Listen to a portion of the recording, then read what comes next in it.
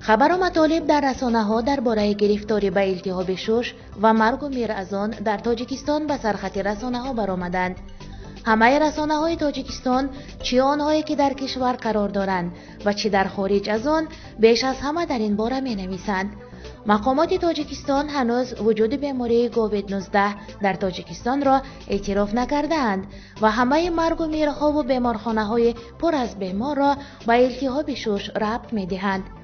چون خبرهای وابسته به التهاب شش بیشتر از آنند که خواننده تواند به همه آنها رسیدگی کند، پیام تصمیم گرفت این خبرها را جمع‌آوری و دسترس خوانندگان نماید. سایت آزاداندیشان مقاله را با قلم تیمور برقی نشر کرده است که در آن گفته می شود هر روز در تاجیکستان نه کم از 100 حالت گرفتاری به ویروس کرونا به قید گرفته می شود. تمام بیمارخانه‌هایی که در شهر و نواحی و پایتخت کشور برای بستری کردن گرفتاران کووید 19 آماده کرده شده بودند پر بوده، امکان قبول بیماران نو را ندارند. بیمارخانه استقلال که مخصوص برای این بیماری خالی کرده شده بود، بنابر کمبود جای خواب از حساب هسپتال حربی وصی کرده می شود.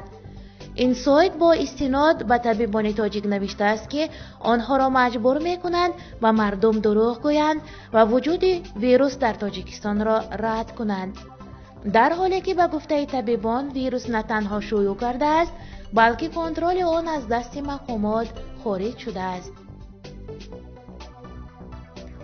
پیام با استناد به منابعش نوشت رئیس جمهور تاجیکستان بر پناهگاه در ناحیه دنقره که مخصوص برای حالتهای فوق‌العاده آماده گردیده است پنهان شده است. وزیران و رئیسان کمیته ها، معاونان آنها و عموماً اکثر منصبداران تاجیکستان خود را غیر رسمی کرانتین کردند و از رفتن به جای کار خودداری می کنند.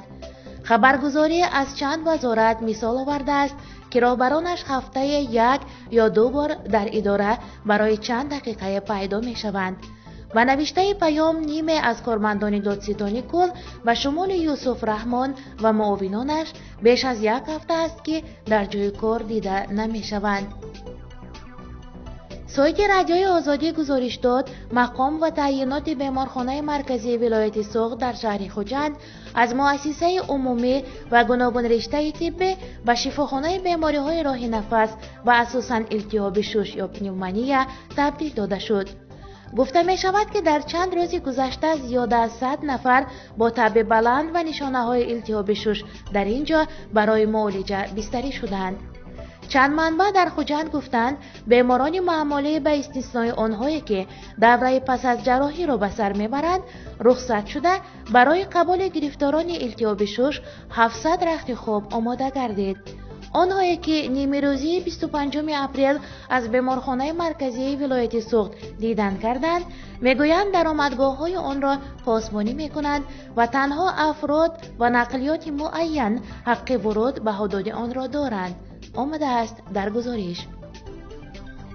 خبرگزاری آزیا پلوس از جلسه ستاد شهری عاید به پیشگیری از پهنشوی بیماری کرونا ویروس در شهر خوجند با راهبری معروف محمدزاده خبر داد که در آن معروف محمدزاده تاکید کرده است بهر پیشگیری بیماری سرایتی مسئولین باید جهت کارهای فهماندهی به اهالی، نظارت کودکان و نورسان ضمن تعطیل بدون ضرورت و کوچه نبرآمدن کلانسالان تدبیرها اندیشیدند.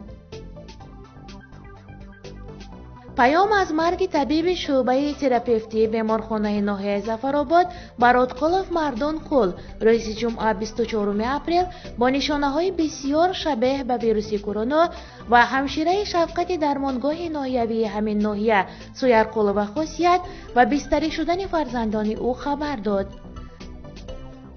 رادیوی آزادی اطلاع داد که حدود 20 زندانی را از محبس‌های رقم 1 دوشنبه و 2 شهر وحدت پس از شکایت از تب بلند و کرانتین گرفتند. مقامات میگویند که این افراد درد گلو دارند ولی التهاب شش یا پنومونیا نیستند. بیشتر برخی از پیوندان زندانیان از تب بلند داشتن نزدیکانشان در محبس خبر داده بودند. منصور جان عمرف سردار سرریاست اجرای جزای جنایی وزارت عدلیه تاجیکستان گفته است تشخیص ها نشان دادند که تقریباً 20 محبوس گلودرد هستند.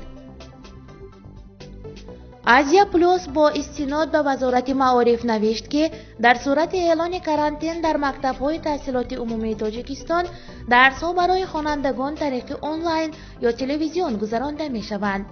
با اطلاع منبع در وزارت معارف مرکزی فاصلوی تشکیل شده، همه برنامه‌ها برای نمایش طریق تلویزیون آمده‌اند. اگر در کشور کرانتین عمومی اعلان شود، درس‌ها با تلویزیون یا آنلاین نمایش داده می‌شوند. برای مؤسسه‌های تعلیمی برنامه درس‌ها آماده است، گفته است منبع خبرگزاری. سایت اخبار از آشوب تاجیکان در بازداشتگاه مخصوص در شهرک کولتسوو در کنار یکاترینبورگ روسیه خبر داد. امبودسمن ولایت سوردلوفسک تاتیانا مرسلیکووا گفته است سبب اساسی دست به چنین اعتراض زدن مهاجران بازداشت شده از انتظاری زیاد، دلگیر و بطاقت شدن آنهاست. او گفت که در این بازداشتگاه 130 مهاجر نگاه داشته می شوند که 100 نفرش از تاجیکستان بودند و اساساً تاجیک ها اعتراض کردند. آنها خیلی ناراضی اند و چنین احساس می کنند که حقشان پایمال شده است. یک هواپیما با اخراج شده ها به ازبکستان پرواز کرد. ما در آن 152 نفر را فرستادیم. یک هواپیما مهاجران قرقیز را به قرقیزستان برد، ولی هیچ نه که هواپیما از تاجیکستان بیاید. مهاجران تاجیک از انتظاری زیاد در بازداشتگاه خسته شدند، گفته است تاتیانا مرسلیکووا.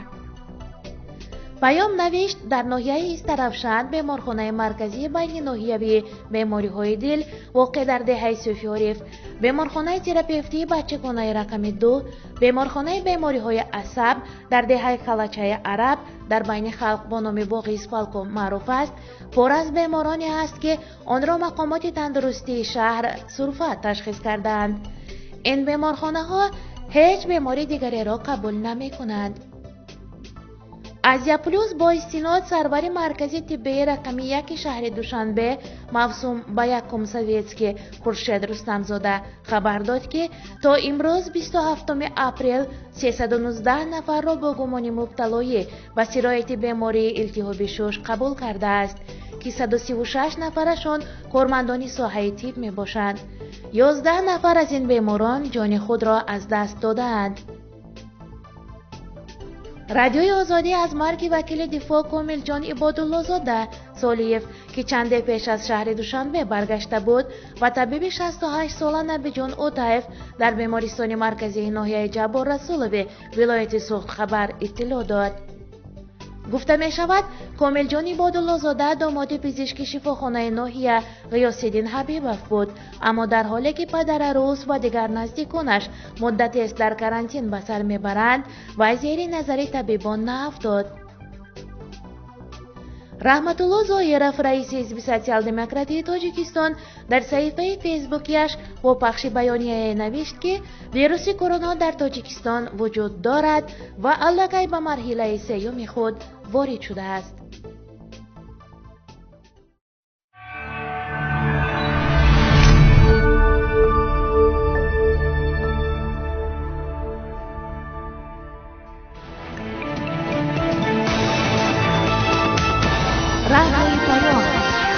در فضای سیاست صدای جدید. رادیوی پیام. علم، فرهنگ، نوید. رادیوی پیام. مشورت، بحث، گفت و شنید. در تمام دنیا روی رسانه اینترنتی رادیو پیام .net